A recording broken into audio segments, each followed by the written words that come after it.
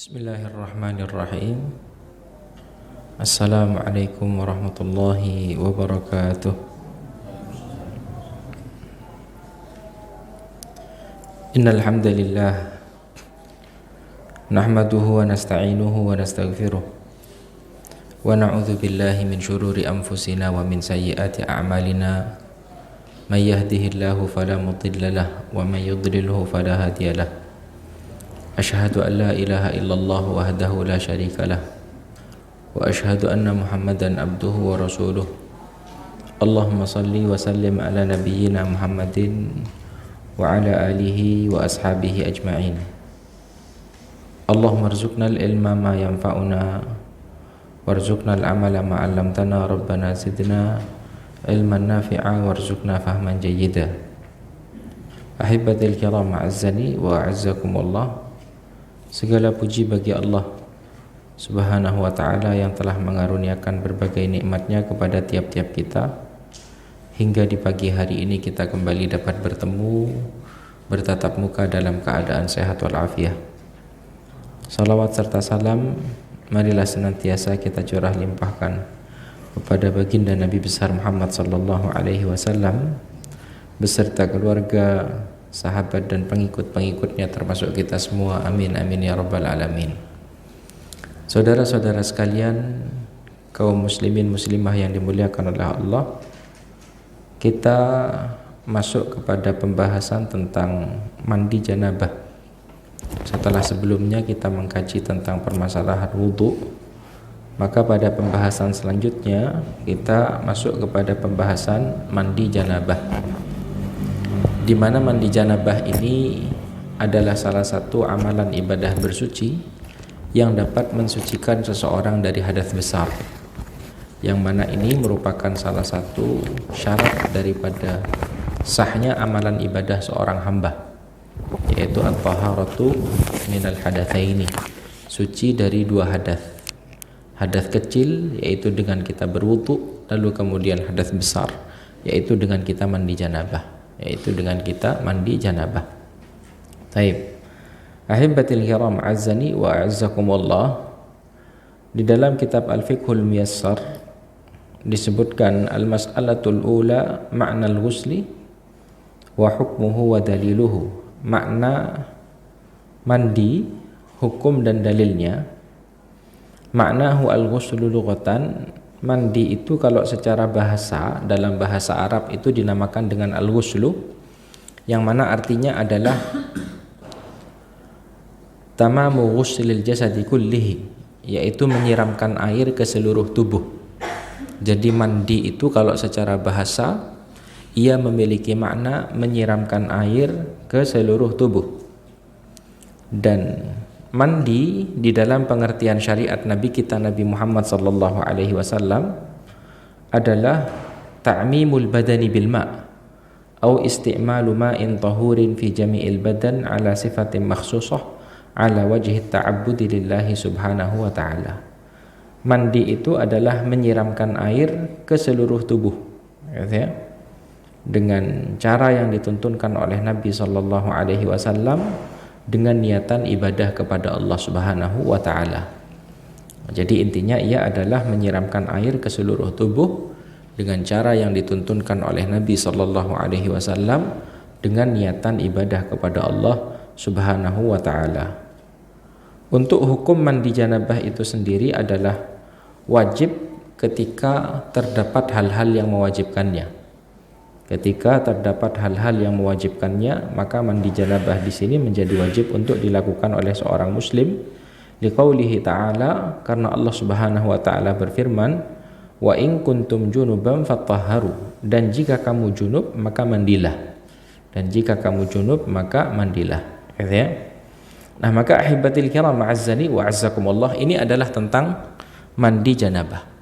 Jadi kalau secara bahasa dia memiliki makna membasahi tubuh ini dengan air, itu dinamakan dengan mandi. Kalau secara istilah, yang namanya mandi atau al-ghuslu ini adalah membasahi keseluruhan tubuh dengan air dengan tata cara yang dituntunkan oleh Nabi dengan niatan ibadah. Nah, ini yang membedakan nanti. Jadi kalau kita kan orang Indonesia punya kebiasaan mandi 2 kali sehari, pagi, sore. Tanpa adanya niatan yang kita niatkan untuk mandi janabah, maka tidak masuk dalam kategori mandi janabah. Ini yang membedakan pada akhirnya, gitu ya. Jadi adanya niatan, terlebih ketika ingin memperoleh pahala seperti yang dituntunkan oleh Nabi, mengikuti bagaimana tata cara Nabi Shallallahu Alaihi Wasallam di dalam mandi janabah. Selanjutnya, ahibatil kiram, azzani wa azzakumullah, sebab-sebab yang mewajibkan mandi janabah, mujibatuhu wa yajibul ghusulu lil asbabil atiyah, gitu ya. Mandi janabah itu menjadi wajib dikarenakan sebab-sebab berikut. Yang pertama adalah keluarnya air mani, khurujul maniyyi mim makhrajihi, keluarnya air mani dari tempat keluarnya.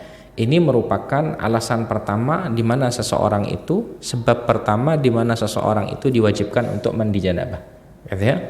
Maka kalau di dalam kitab Al-Fiqhul Muyassar disebutkan, wa yushtaratu ay yakuna dafqan bi ladzatin min dzakarin aw untha, dan disyaratkan keluarnya air mani ini adalah memancar dan diiringi dengan rasa nikmat, baik laki-laki ataupun perempuan.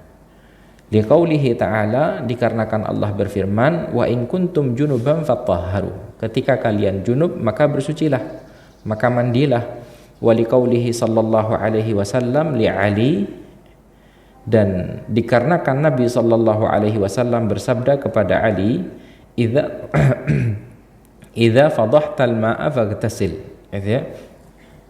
Ketika air mani itu memancar, kata Nabi SAW kepada Ali bin Abi Thalib, maka hendaklah engkau mandi, ya. Idza fadahtal ma'a faghtasil, ketika air mani itu keluar dengan memancar, maka mandilah. Ma lam yakun naiman wa nahwihi fala tushtaratul ladzah, kecuali kalau tidur. Kalau tidur itu tidak disyaratkan harus merasakan kenikmatan di saat mengeluarkannya. Li'anna an-na'ima qad la yahissu bihi, karena orang yang tidur itu boleh jadi tidak merasakan apa-apa.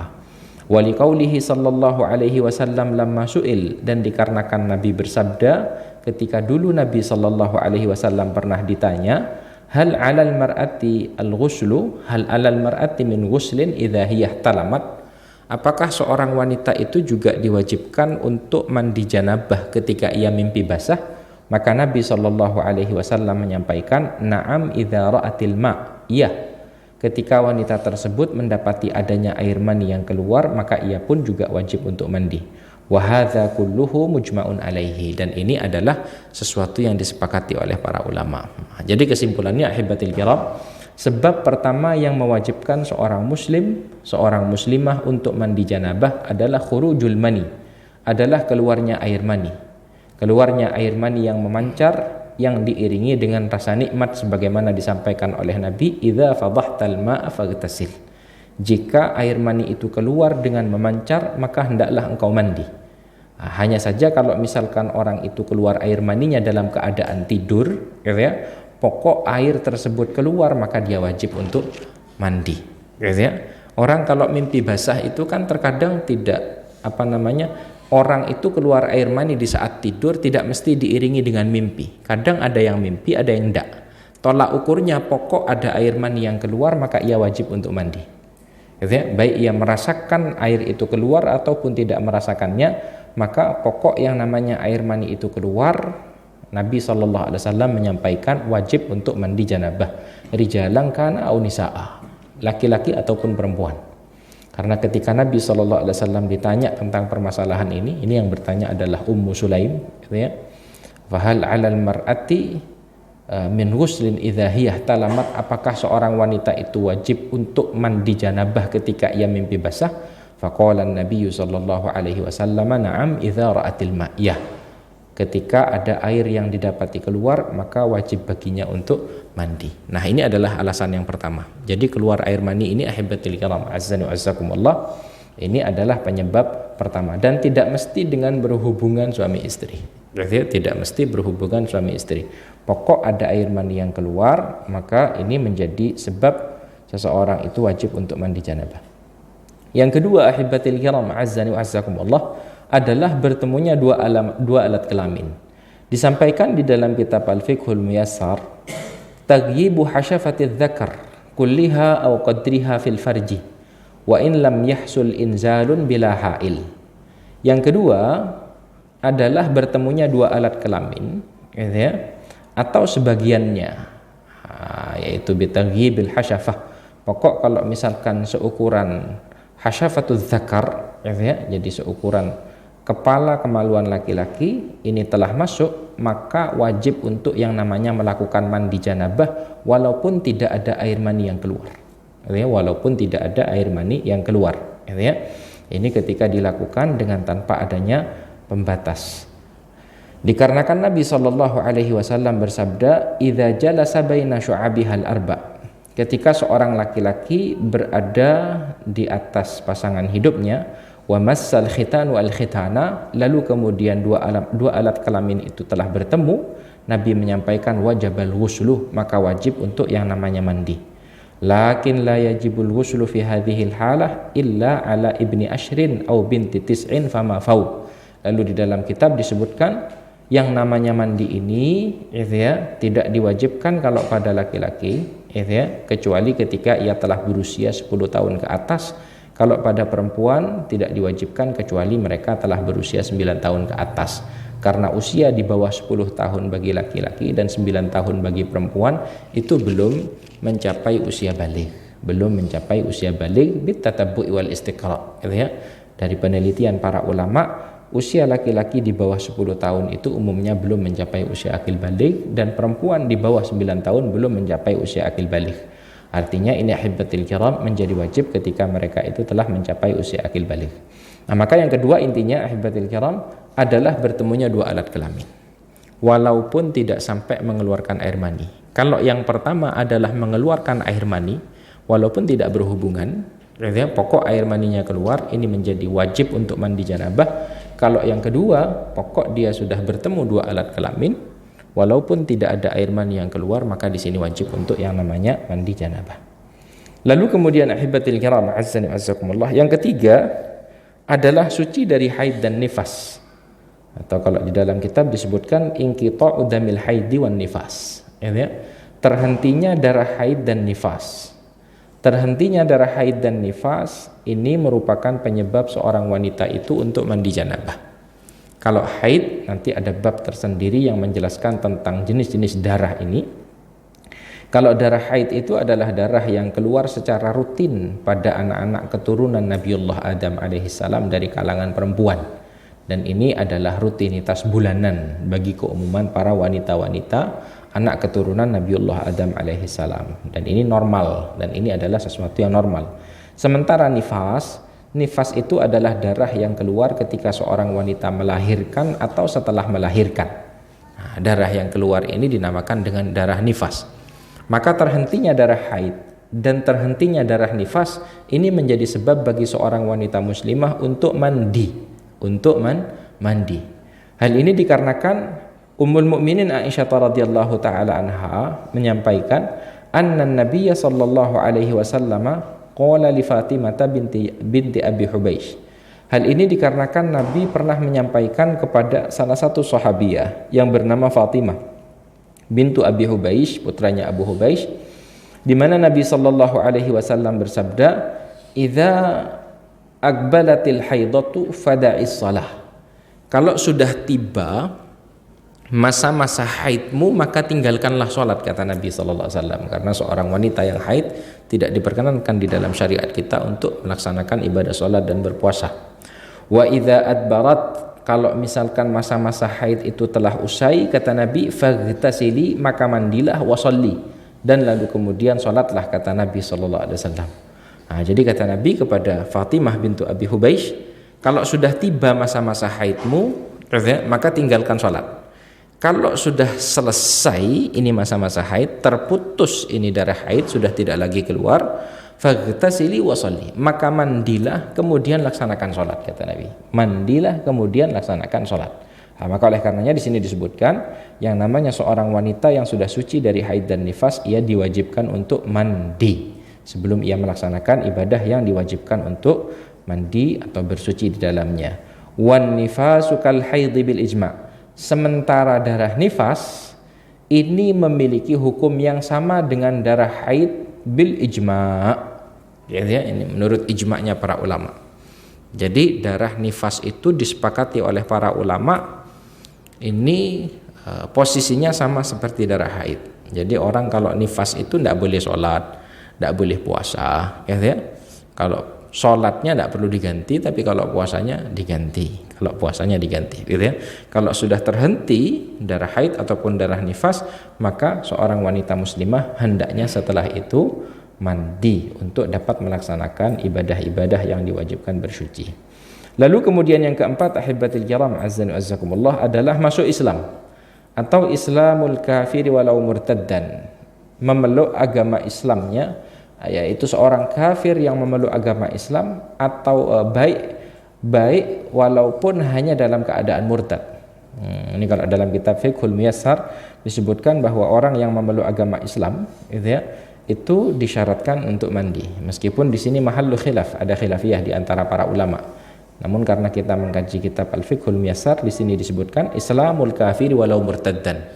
Jadi orang yang memeluk agama Islam itu disyaratkan untuk dia mandi, walaupun murtad.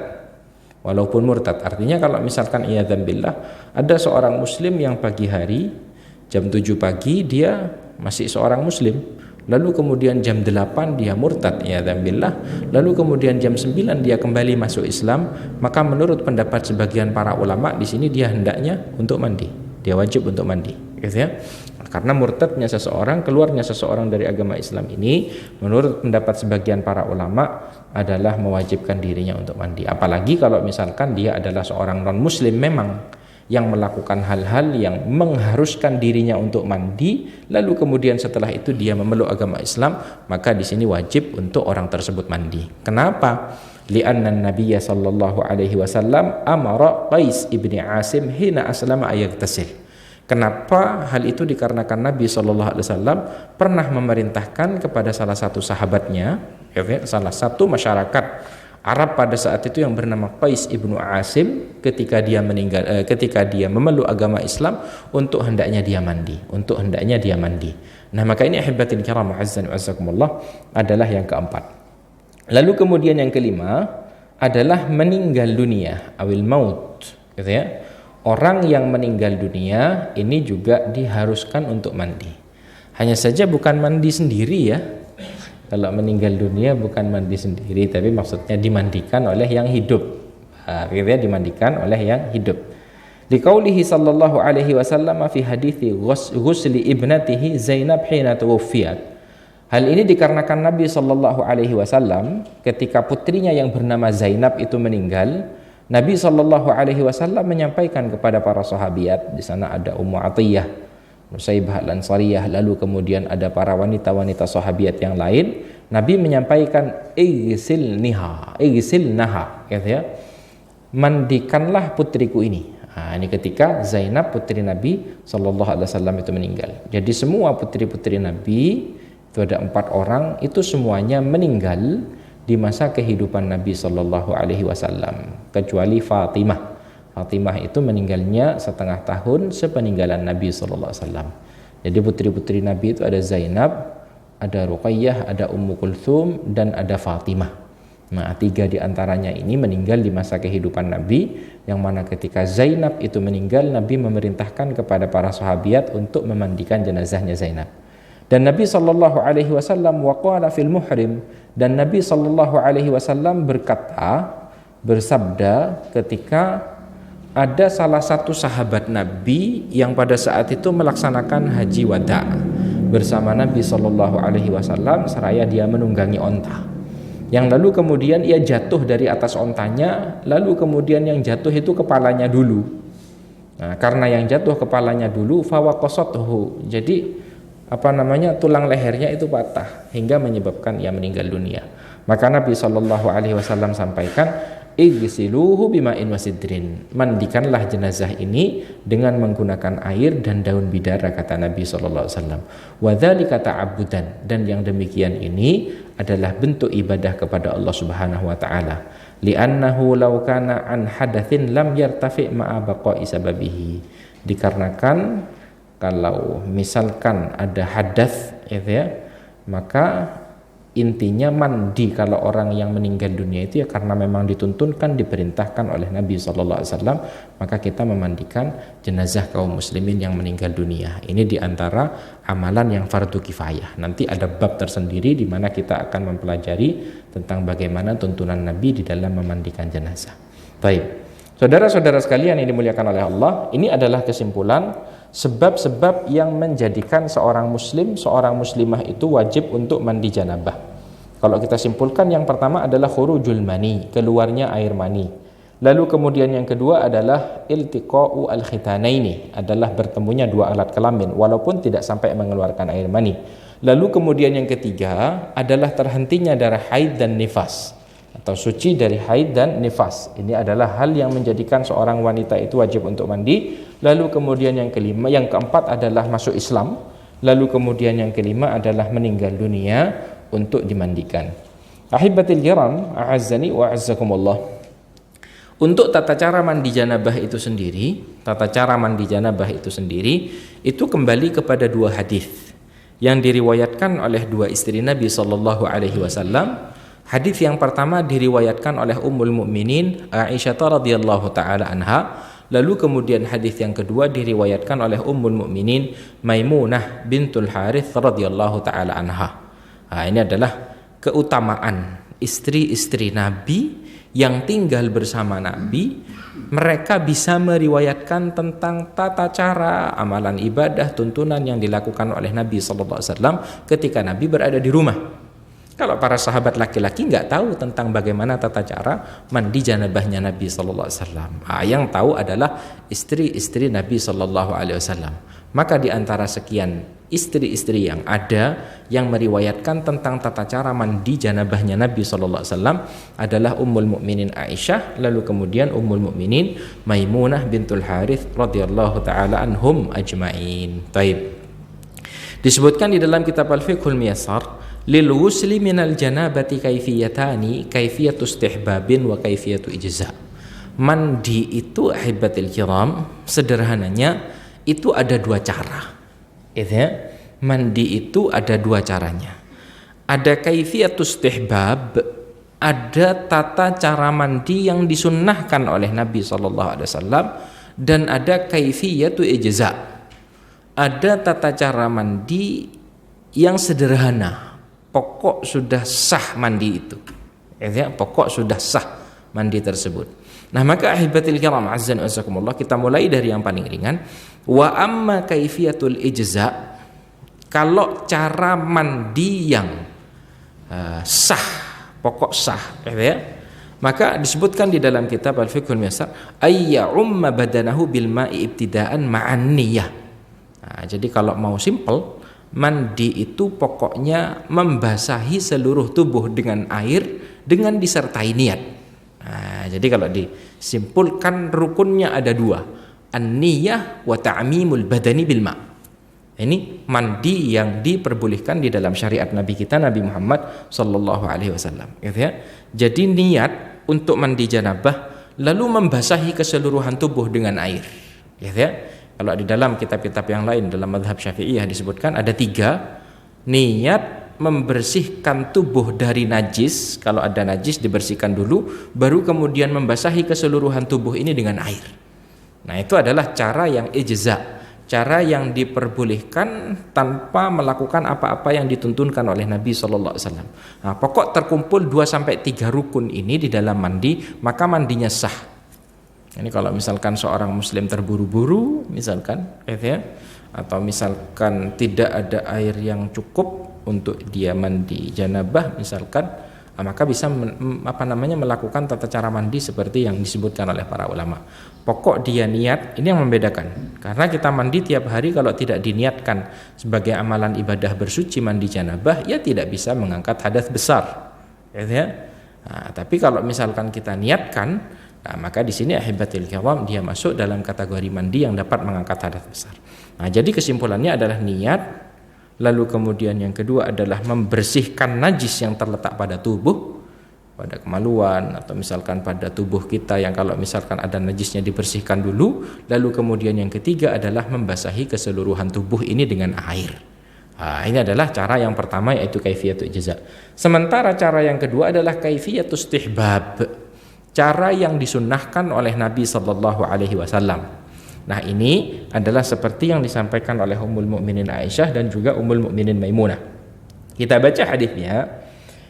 Aisyah radhiyallahu taala anha menyampaikan, kana Nabi sallallahu alaihi wasallam idza ightasala minal jalabati ghassala yadayhi. Gitu ya.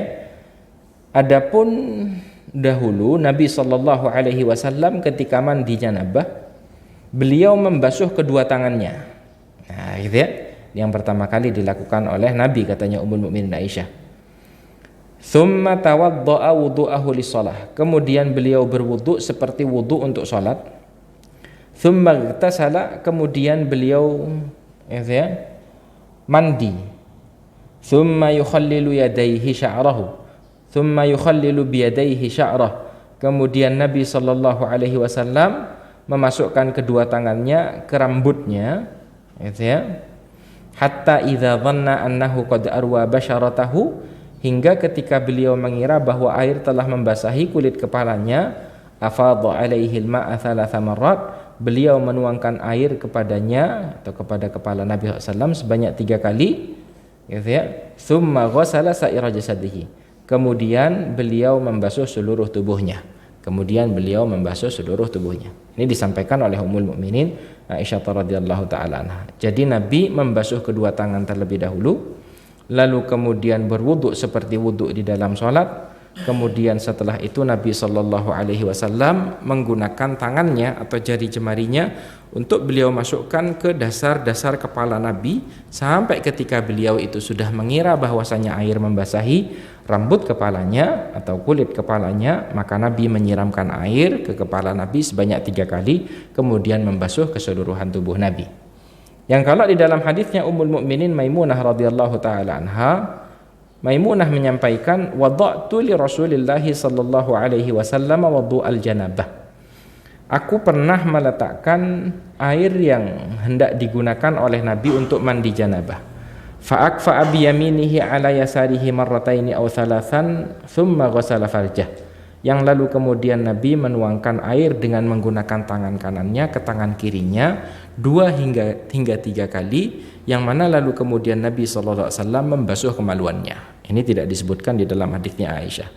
Thumma daraba yadahu bil ardi. Kemudian Nabi mengusapkan tangannya ke tanah untuk menghilangkan lengket-lengket yang berada di tangan Nabi SAW, awil haid atau ke tembok, marrataini aw thalathan 2 hingga 3 kali.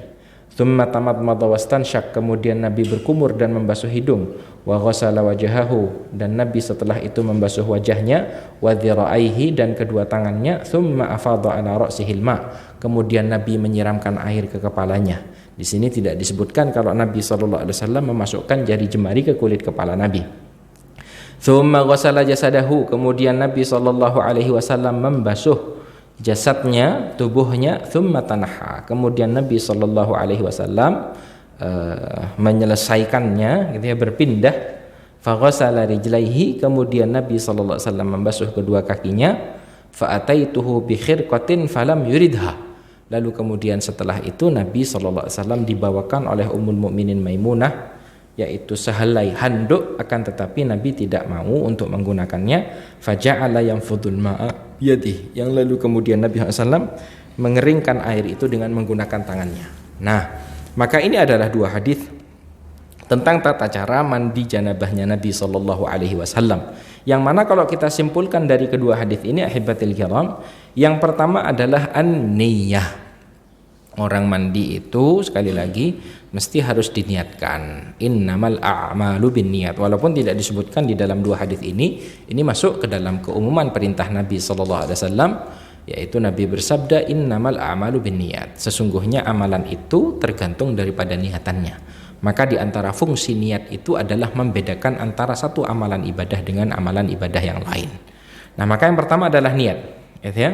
Kalau misalkan hendak membaca basmalah, maka membaca basmalah dengan tanpa harus melafalkannya.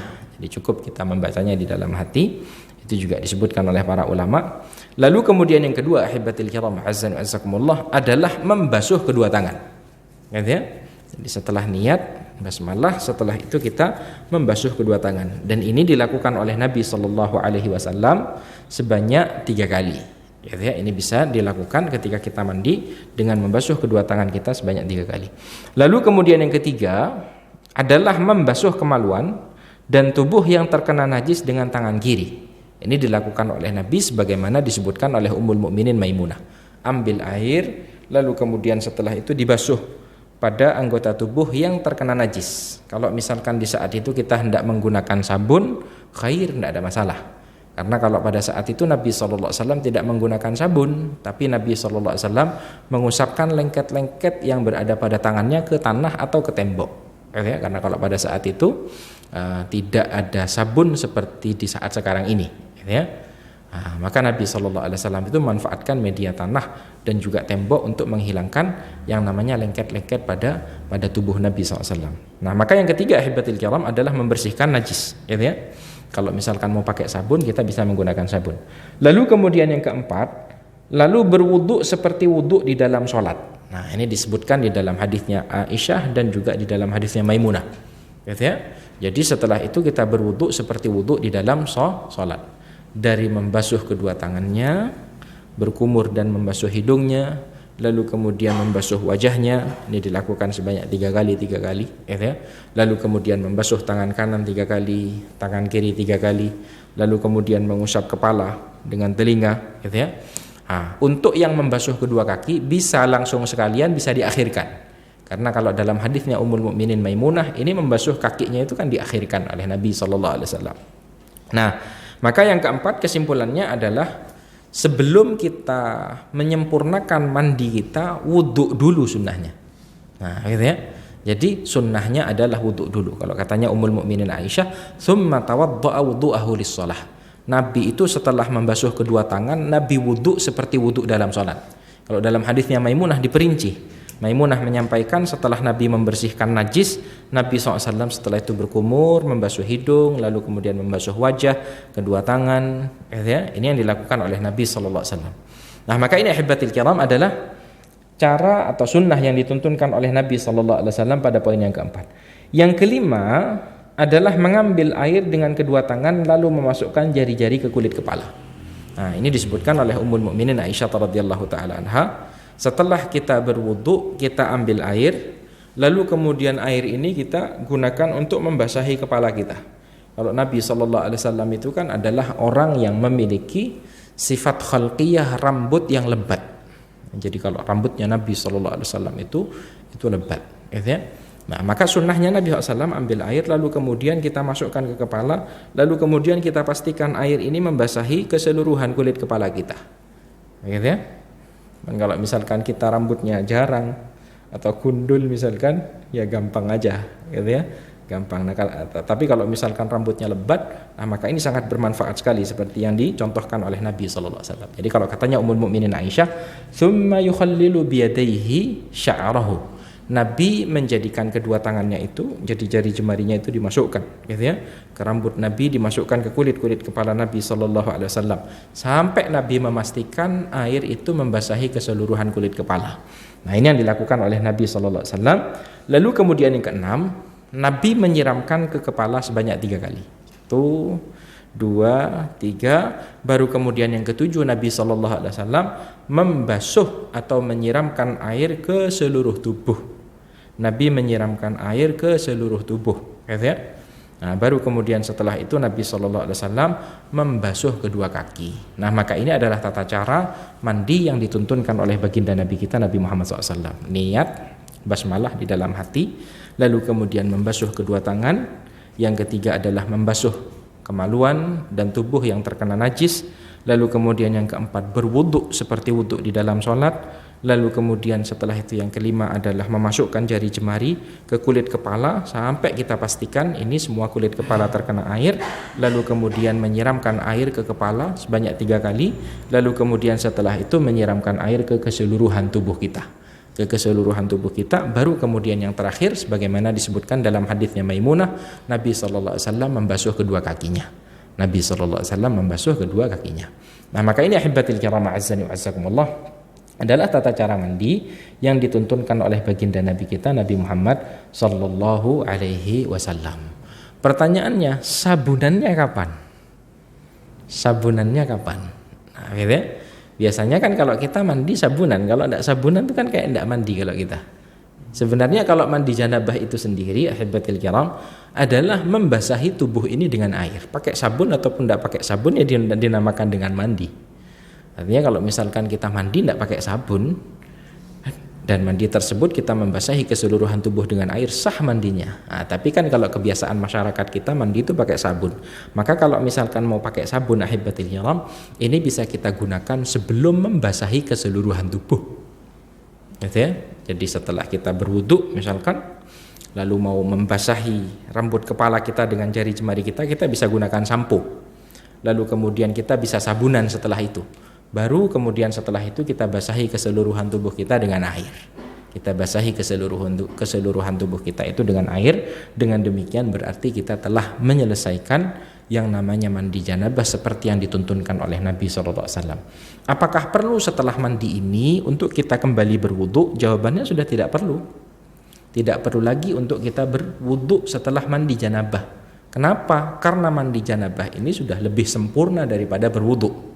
Gitu ya, sudah lebih sempurna daripada berwudu. Gitu ya, hanya saja kalau misalkan setelah mandi kita masih melakukan hal-hal yang dapat membatalkan wudu kita, setelah itu ya hendaknya kita berwudu. Misalkan setelah mandi kita masih menyentuh kemaluan, atau setelah mandi kita masih buang angin, masih buang air kecil, nah maka setelah itu kita harus berwudu. Tapi kalau misalkan setelah kita membasahi, intinya mandi kan pada membasahi keseluruhan tubuh dengan air. Setelah melakukan amalan itu kita tidak melakukan hal-hal yang membatalkan wudu kita, maka tidak perlu lagi untuk kita berwudu. Tidak perlu lagi untuk kita berwudu. Nah, maka ahibatil kiram azzani wa azzakumullah, ini adalah tuntunan yang dituntunkan oleh baginda Nabi sallallahu alaihi wasallam di dalam mandi janabah, di dalam mandi janabah. Baik. Lanjutan daripada pembahasan ini, saudara-saudara sekalian yang dimuliakan Allah. Baik. Sampai di sini dulu, sampai di sini. Apakah ada yang mau ditanyakan sampai di sini? Dari apa yang kita sampaikan, yang kita jelaskan dari tata cara mandi yang dituntunkan oleh baginda Nabi sallallahu alaihi wasallam. Hal hunaka soal? Ada pertanyaan? Jelas insyaallah? Alhamdulillah. Baik. Selanjutnya adalah, ini enggak masuk dalam lembaran yang kita bagikan, al-aghsal al-mustahabbah. Ya. Kalau tadi ini kan mandi yang wajib ketika terdapat salah satu dari 5 sebab yang mewajibkan mandi. Maka selanjutnya di dalam kitab Al-Fiqhul Muyassar disebutkan ya, tentang mandi-mandi yang disunnahkan. Taqaddama bayanul aghsalil wajibah wa ammal aghsalul masnunati wal mustahabbati fahiyya. Kalau yang wajib sudah dijelaskan. Sementara kalau yang disunnahkan, yang pertama adalah al-ightisalu inda kulli jima'. Mandi di setiap kali kita hendak berjima. Begitu ya? Mandi di setiap kali kita hendak berjima. Ketika kita hendak kembali berjima. Gitu ya. Ini sebagaimana disampaikan dalam hadisnya Abu Rafi', annan nabiyya sallallahu alaihi wasallam kana dzata lailatin yaghtasilu inda hadhihi wa inda hadhihi. Jadi satu malam Nabi sallallahu alaihi wasallam itu mendatangi segenap istri-istrinya. Setelah mendatangi yang pertama, mau mendatangi yang kedua, Nabi sallallahu alaihi wasallam mandi dulu, baru datang kepada yang kedua. Lalu kemudian setelah itu Nabi SAW mandi lagi, baru datang ke yang ketiga. Maka lalu kemudian Abu Rafi' pada saat itu berkata kepada Nabi, "Faqultu ya Rasulullah, ala taj'aluhu wahida? Tidakkah engkau jadikan satu kali mandi saja?" Maka Nabi SAW, ini dalam riwayatnya Abu Dawud, dihasankan oleh Imam Al-Albani, Nabi menyampaikan, "Hadza azka wa atyabu athhar." Ini lebih baik kata Nabi SAW dan lebih suci, gitu ya. Ini lebih baik dan lebih suci kata Nabi SAW. Jadi ini adalah diantara sunnah yang dituntunkan oleh Nabi. Meskipun kalau dalam bab wudhu pada pertemuan sebelumnya kita pernah sampaikan diantara sunnah-sunnah berwudhu itu adalah ketika seseorang hendak kembali berhubungan dengan istrinya disunnahkan untuk berwudhu terlebih dahulu. Kalau misalkan punya semangat mandi baru kemudian setelah itu berjima kembali. Ini diantara yang dahulu pernah dilakukan oleh Nabi SAW. Yang kedua adalah mandi di hari Jumat. Nah, ini diantara sunnah yang dituntunkan oleh Nabi SAW. Nabi bersabda, "Idza jaa ahadukumul jum'ata falyaghtasil." Kalau sudah tiba di hari Jumat, maka hendaklah kalian mandi, kata Nabi SAW. Dan mandi ini tidak sampai pada derajat yang wajib, gitu ya, karena dipalingkan dengan hadis-hadis yang lain di mana Nabi SAW, gitu ya, "Man tawaddaa yaumal jum'ati fabiha wa ni'mah." Barang siapa yang berwudu di hari Jumat maka baik, kata Nabi sallallahu alaihi wasallam. Wa man igtasala fal ghuslu afdal. Dan yang mandi lebih utama. Dan yang mandi di hari Jumat mandi lebih utama, kata Nabi sallallahu alaihi wasallam. Nah, ini adalah mandi di hari Jumat. Ini merupakan, kalau di dalam kitab disebutkan bahwa akadul aghsali mustahabbah. Mandi sunnah yang paling utama adalah mandi di hari Jumat. Mandi di hari Jumat. Karena hari Jumat ini adalah hari raya pekanannya kaum muslimin. Hari raya pekanannya kaum muslimin, jadi disunahkan untuk mandi. Apalagi kaum muslimin akan berkumpul, gitu ya, dengan banyaknya kaum muslimin yang lain di saat melaksanakan sholat Jumat. Yang ketiga adalah mandi ketika berada pada hari raya Idul Fitri dan Idul Adha. Ini sunnah yang dituntunkan oleh ini athar dari para sahabat-sahabat Nabi. Dulu Abdullah bin Umar itu ketika hari raya Idul Fitri dan Idul Adha beliau mandi, dan ini merupakan sunnah yang dituntunkan. Dan juga dikarenakan kalau hari raya itu kan kumpul dengan banyak orang, gitu ya, maka menghilangkan bau pada tubuh kita. Ini diantara sunnah sebagaimana disampaikan oleh para ulama. Yang keempat adalah al-igtisalu indal ihram bil umrati wal haji, gitu ya. Fa innahu sallallahu alaihi wasallam igtasala li ihramihi. Yang keempat adalah ketika berihram. Ya, ketika berihram untuk melaksanakan ibadah umrah atau melaksanakan ibadah haji, ini sunnahnya Nabi SAW. Biasanya kalau kita orang Indonesia kalau mau umrah itu biasanya mandinya di hotel, baru kemudian setelah itu ketika melewati mikot, ya, baru kemudian tinggal niat untuk berihram sudah.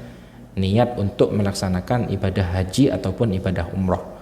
Jadi mandi sebelum melaksanakan ibadah haji dan umrah ini min sunanin Nabi sallallahu alaihi wasallam, di antara sunnah yang dituntunkan oleh Nabi sallallahu alaihi wasallam. Lalu kemudian yang kelima adalah mandi setelah memandikan jenazah. Ini di antara sunnah yang dituntunkan oleh Nabi. Dalam riwayatnya Ibnu Majah, Nabi sallallahu alaihi wasallam menyampaikan, disahihkan oleh Imam Al-Albani, "Man ghassala maitan falyaghtasil." Barang siapa yang telah memandikan jenazah maka hendaknya dia mandi, kata Nabi. Dan ini adalah amalan sunnah, tidak sampai pada derajat yang wajib. Orang kalau habis memandikan jenazah disunahkan untuk mandi. Saudara-saudara sekalian yang dimuliakan oleh Allah Subhanahu wa taala, lalu kemudian yang terakhir adalah al-ahkam al-mutarattibah ala man wajaba alaihi al-ghuslu. Adalah hukum-hukum terkait dengan orang-orang yang diwajibkan untuk mandi. Orang yang sedang dalam keadaan berhadas besar, gitu ya. Yang pertama, la yajuzu lahul mukthu fil masjidi illa abiri sabilin, gitu ya. Jadi orang yang sedang berhadas besar itu tidak boleh berdiam diri di masjid, gitu ya. Ini diantara yang berkaitan dengan orang yang berhadas besar. Allah berfirman, wala junuban illa abiri sabilin hatta taghtasilu. Orang yang junub itu tidak boleh berdiam diri di masjid, ya, kecuali hanya lewat saja. Ini diperbolehkan, akan tetapi berdiam diri dalam waktu yang lama untuk hendaknya terlebih dahulu dia mandi, ya. Nah, maka ahibatil kiram hanya saja disebutkan di dalam kitab fa idza tawaddaa jaza lahul mukthu fil masjid li thubuti dzalika an jama'atin minas sahabah ala ahdin nabiy sallallahu alaihi wasallam li anna al wudu'a yukhaffiful hadath wal wudu'u ahadut tuhuraini. Kecuali, ya, kalau misalkan dia berwudu boleh berdiam diri dikarenakan hal itu pernah dilakukan oleh sebagian para sahabat-sahabat Nabi sallallahu alaihi wasallam, dan dikarenakan wudu itu meringankan hadath yang besar tadi. Yang kedua, ahibatil kiram, menurut madhabnya jumhur ahli ilmi, orang yang diwajibkan untuk mandi itu tidak diperbolehkan untuk menyentuh mushaf. Ini menurut madhabnya jumhur. Allah berfirman, la yamassuhu illal mutahharun. Tidaklah menyentuh Al-Quran itu kecuali yang disucikan oleh Allah. Dan Nabi SAW menyampaikan dalam riwayatnya Al-Imam Malik, disahihkan oleh Al-Imam Al-Albani, la yamassul mushafa illa tahir. tidaklah menyentuh Al-Quran kecuali orang yang berada dalam keadaan suci. Ini adalah madhabnya jumhurul ulama, meskipun ada di antara para ulama yang menyelisihi pendapat ini. Yang ketiga, ahibbatil kiram, la yajuzu qiraatul Qur'an. Fala yaqra'ul junubu syai'an minal Qur'ani hatta yaghtasil. Orang yang junub itu hendaknya tidak membaca Al-Qur'an sampai dia terlebih dahulu mandi, dikarenakan Ali menyampaikan kana alaihi salatu wassalam la yamna'uhu min qiraatil Qur'an syai'un illa janabah. Nabi itu tidak ada sesuatu pun yang menghalangi beliau untuk membaca Al-Quran kecuali ketika junub. Ini diriwayatkan oleh Al-Imam Ahmad dengan sanad yang hasan. Jadi Nabi tidak ada sesuatu yang menghalangi beliau untuk membaca Al-Quran kecuali ketika beliau junub. Wali'anna fi man'ihi minal qiraati hathan lahu 'alal mubadarati ilal ightisal. Yang demikian agar bersegera untuk mandi, lalu kemudian setelah itu ahibbatil kiram kembali membaca Al-Quran. Yang lalu kemudian yang keempat, tidak boleh sholat, jelas, sampai dia mandi terlebih dahulu. Yang kelima, wat tawafu bil baiti, tidak boleh tawaf di Baitullah sampai dia mandi. Nah, maka ini ahibbatil kiram adalah materi tentang mandi janabah. Semoga apa yang kita sampaikan di kesempatan pagi hari ini dapat memberikan kemanfaatan bagi kita, dapat kita terapkan di dalam kehidupan keseharian kita. Kita niatkan semua amalan ibadah yang kita lakukan itu ikhlas karena Allah Subhanahu wa taala, dan kita laksanakan sesuai mungkin dengan yang dituntunkan oleh Nabi sallallahu alaihi wasallam, karena syarat diterimanya amal ibadah adalah al-ikhlas wal mutaba'ah, ikhlas dan kesesuaiannya dengan tuntunan Nabi sallallahu alaihi wasallam. Barakallahu wa lakum fil Qur'anil azim wa nafa'ani wa iyyakum minal ayati wadh-dhikril hakim. Aqulu qawli hadza wa astaghfirullaha li wa lakum innahu huwal ghafurur rahim. Tsumma assalamu alaikum warahmatullahi wabarakatuh.